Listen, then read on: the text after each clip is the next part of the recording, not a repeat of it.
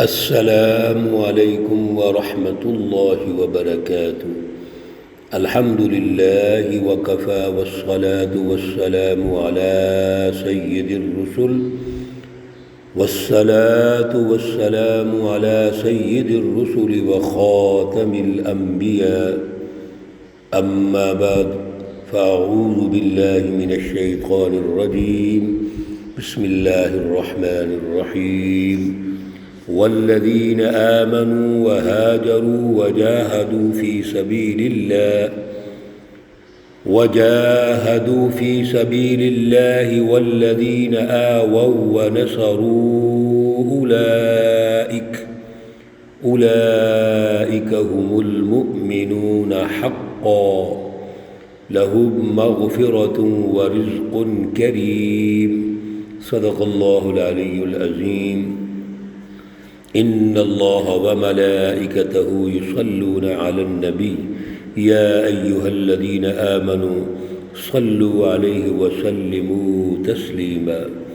اللہم صل علی سیدنا ومولانا محمد النبی الأمی وعلی آلہ واصحابہ وبارک وسلم وصل علیہ۔ معزز خواتین و حضرات، ہم زیارت حرمین شریفین کے عنوان سے اس کے کچھ اہم مضامین جو اللہ کے گھر بیت اللہ الحرام کے متعلقہ ہیں، جن کی ایک تاریخی اہمیت، تاریخی مقام ہے اس گھر کا، وہ عرض کر رہے تھے۔ اور پھر اس کے ساتھ ساتھ اس بیت اللہ الحرام کی عظمت مزید آگے کس نے بڑھائی، کردار کس نے ادا کیا، وہ ہمارے پیارے رسول اکرم صلی اللہ علیہ وسلم ہیں، جن کے بارے میں ہم نے یہ سمجھا کہ یہ ابراہیم علیہ السلام کی دو جو شاخیں تھیں، ایک بنی اسرائیل، دوسری بنی اسماعیل، تو بنی اسماعیل کی جو شاخ ہے اس نے بیت اللہ الحرام کی بڑی خدمت کی، اور بالآخر اسی شاخ میں سے، اسی نسل میں سے رسول اللہ صلی اللہ علیہ وسلم تشریف لائے۔ یہ اللہ کے آخری نبی ہیں، اور بیت اللہ الحرام کی جو اصل مرکزیت ہے، یعنی اس کی آزادی، اللہ کی رٹ کو قائم کرنا، اللہ کی حاکمیت کو قائم کرنا، رسول اللہ صلی اللہ علیہ وسلم کو اہداف دیے گئے کہ آپ لا الہ الا اللہ کی صرف حاکمیت اور رٹ قائم کریں گے، اور آپ کا یہ مشن ہے۔ آپ صلی اللہ علیہ وسلم نے اس مشن پر کام کیا، اور نبوت ملنے کے 13 سال تک آپ نے مکۃ المکرمہ میں گزارے، اور سچی جماعت صحابہ تیار کی۔ دنیا کا یہ اصول ہے میرے عزیزو، کوئی بھی سسٹم کی تشکیل جماعتوں سے ہوتی ہے۔ ایک فرد اللہ کے نبی ہیں، سچے ہیں، اولو العزم ہیں، بڑا مقام ہے ان کا، لیکن اس نبی کے ذریعے سے اسوہ حسنہ یہ پیدا کیا گیا تاکہ قیامت تک آنے والے جتنے بھی لوگ ہیں اولو العزم اور عظمت والے ہیں، وہ بھی اس بات کو اسوہ حسنہ سمجھ لیں کہ ایک فرد کچھ نہیں کر سکتا، بلکہ جماعت کی تیاری کرنی پڑے گی۔ اگر آپ کو سسٹم تشکیل دینا چاہتے ہیں تو پہلے جماعت کی تیاری ہے۔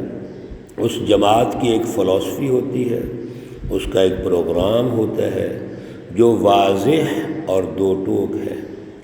رسول اللہ صلی اللہ علیہ وسلم کو جو پروگرام دیا گیا، دیگر انبیاء کو بھی جو پروگرام دیے گئے، وہ فلسفہ توحید ہے، یعنی اللہ کی رٹ، اللہ کا غلبہ، معاشرے میں اللہ کی پہچان کا پیدا کرنا ہے۔ رسول اللہ صلی اللہ علیہ وسلم نے بھی اس کے لیے سچی جماعت تیار کی۔ 13 سالہ یہ مکی دور ہے، اور 13 سال کے بعد اگلا دور مدنی دور ہے۔ کل ہم نے یہاں بات تقریباً مکمل کی تھی کہ اب اللہ نے آپ کو حکم دیا کہ اب ہجرت کر دیں، مکہ کو چھوڑ دیں، اس عظمت والے گھر بیت اللہ الحرام کہ اس وقت جو عظمت ہے وہ برقرار نہیں ہے۔ یہ تو ابو جہل کے قبضے میں ہے، ابو جہل کے کنٹرول میں ہے، مخصوص سرداری ظالمانہ نظام اس نے قائم کیا ہوا ہے، اور اپنے اس سرداری نظام کے ذریعے سے، ظلم کے نظام کے ذریعے سے اس نے اللہ کے گھر پر بھی جو قبضہ کیا ہوا ہے، انسانیت اس سے محروم ہے، وہ انسانیت وہاں تک پہنچ ہی نہیں سکتی۔ چنانچہ رسول اللہ صلی اللہ علیہ وسلم کو حکم ہوا کہ آپ ہجرت کر دیں، اور ہجرت کر کے آپ ایک نئے شہر کو آباد کریں جس کا نام یثرب ہے، جو بعد میں مدینۃ الرسول بن جاتا ہے۔ بخاری شریف میں باب فضل المدینہ میں یہ حدیث پاک ہے کہ رسول اللہ صلی اللہ علیہ وسلم نے ارشاد فرمایا، مجھے اللہ ایک ایسی بستی کی طرف بھیجیں گے جو تمام بستیوں پہ غالب آئے گی، اس کی رٹ قائم ہوگی۔ میرے عزیزو، رسول اللہ صلی اللہ علیہ وسلم ہجرت کر کے بیعت عقبہ اولا اور بیعت عقبہ ثانیہ، یہ 2 بیعتیں ہوئیں، یہ مدینۃ المنورہ کے لوگوں کے ساتھ ہوئی ہیں، ان کی تفصیلات ہیں، لیکن اس کے نتیجے میں یہ فیصلہ ہو گیا کہ اب آپ مکہ چھوڑ کے مدینہ تشریف لے جائیں گے۔ ہجرت کے عنوان سے بڑی کتابیں ہیں، دروس ہیں، لیکچرز ہیں، تفصیلات ہیں، وہ سنتے رہیں گے آپ۔ ہمارا تو ہدف ابھی صرف اللہ کے گھر کی عظمت اور اس عظمت میں بنی اسماعیل کا کردار اور رسول اللہ صلی اللہ علیہ وسلم کا کردار، اور پھر عظمت سے مراد کیا ہے، یہ تاریخی طور پر ہم چاہتے ہیں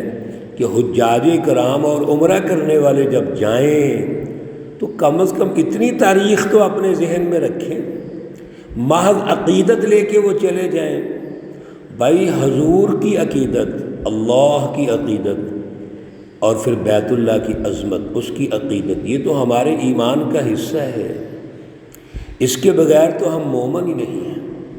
محمد کی محبت صلی اللہ علیہ وسلم، محمد کی محبت دین حق کی شرط اول ہے، اسی میں ہو اگر خامی تو سب کچھ نامکمل ہے۔ ہم تو ان ہستیوں کی محبت کے بغیر کچھ بھی نہیں۔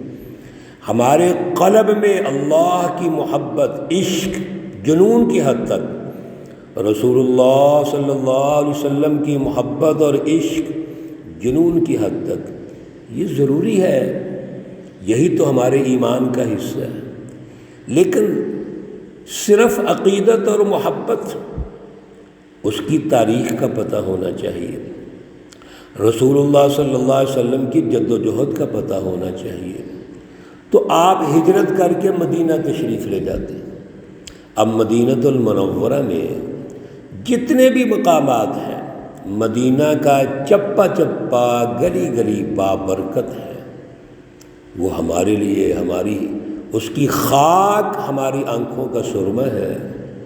اور پھر رسول اللہ صلی اللہ علیہ وسلم کے مسجد النبوی، اور پھر مسجد قباء جو آپ نے سب سے پہلے تعمیر کی، مسجد النبوی آپ نے اپنے ہاتھوں سے تعمیر کی، اور وہاں جو ریاض الجنہ ہے، اور پھر اب آپ کا روضہ اقدس ہے، یہ وہ بابرکت جگہ ہیں جن کی جتنی شان بیان کی جائے اتنی کم۔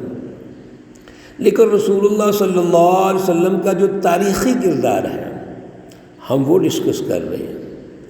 اور آپ مدینہ پہنچ کے مسجد النبی بناتے ہیں، اس کی تعمیر کرتے ہیں، اس کو آپ مرکز بناتے ہیں تعلیم و تربیت کا۔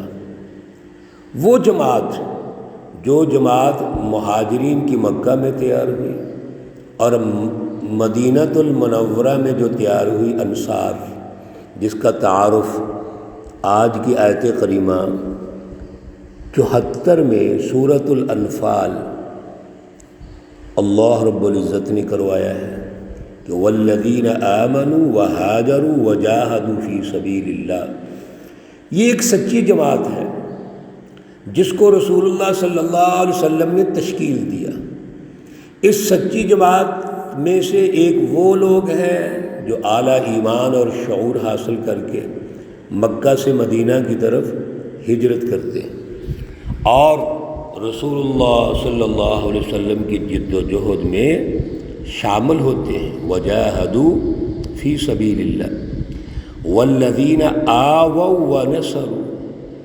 ایک دوسرے ساتھی وہ ہیں صحابہ کرام جو مدینۃ المنورہ میں موجود ہیں۔ وہ صحابہ وہ ہیں جنہوں نے نبی علیہ السلام کو ویلکم کیا، مہاجرین کا استقبال کیا، ان کی مدد کی، ان کو جگہ دی۔ اولئک هم المؤمنون حقا۔ یہ سچے مومن ہیں، سچی جماعت ہے۔ لہم مغفرہ، ان کے لیے بخشش ہے، ورزق کریم، اور ایک اچھا معاشی سیاسی خوشحالی کا نظام ہے۔ میرے عزیزو، یہ وہ سچی جماعت ہے جس کو پیارے رسول اکرم صلی اللہ علیہ وسلم تشکیل کرتے ہیں۔ انشاءاللہ یہاں سے کل کے درس میں کچھ گزارشات کریں گے۔ اللہ رب العزت ہمیں اس سچی تاریخ کو شعوری سطح پر اپنے ذہن اور قلم میں بٹھانے کی توفیق اور صلاحیت عطا فرمائے۔ میرے عزیزو، جب یہ سچی تاریخ ہمارے ذہن میں ہوگی، ہم اللہ کے گھر میں جائیں گے اور مکہ المکرمہ کی گلی گلی میں جائیں گے، پھر مدینۃ المنورہ میں پہنچیں گے اور گلی گلی میں ایک ایک جگہ پر چپا چپے پہ جائیں گے تو رسول اللہ صلی اللہ علیہ وسلم کی یاد آئے گی، اور پھر اس یاد کے نتیجے میں ہم بھی سوچیں گے کہ ہم کہاں کھڑے ہیں۔ ہمارے پیارے رسول اکرم صلی اللہ علیہ وسلم کی جد و جہد کیا ہے۔